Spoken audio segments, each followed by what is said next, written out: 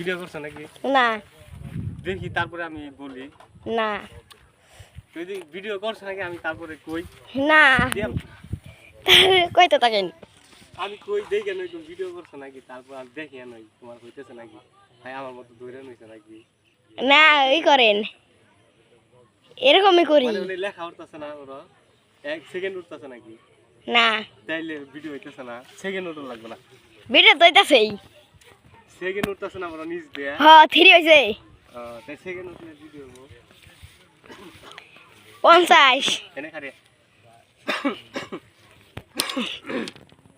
দিলাম টিভি আচ্ছা দাও। দিছি। হ্যালো ভিউয়ার্স, আসসালামু আলাইকুম।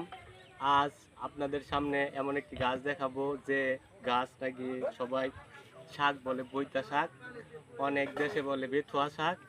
তো আমি দেখেছি হাইস্ট 5 ইঞ্চি, কিন্তু এই জায়গায় আমার থেকেও বড় একটি বৈতা শাক গাছ, প্রায় 10 ফুট।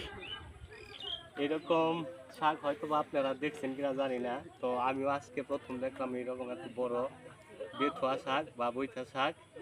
এটা অনেক পুষ্টিকর শাক।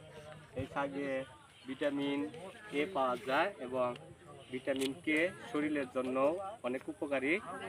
তো এত বড় বৈথা গাছ শাক আমি কখনো দেখিনি, আজ প্রথম।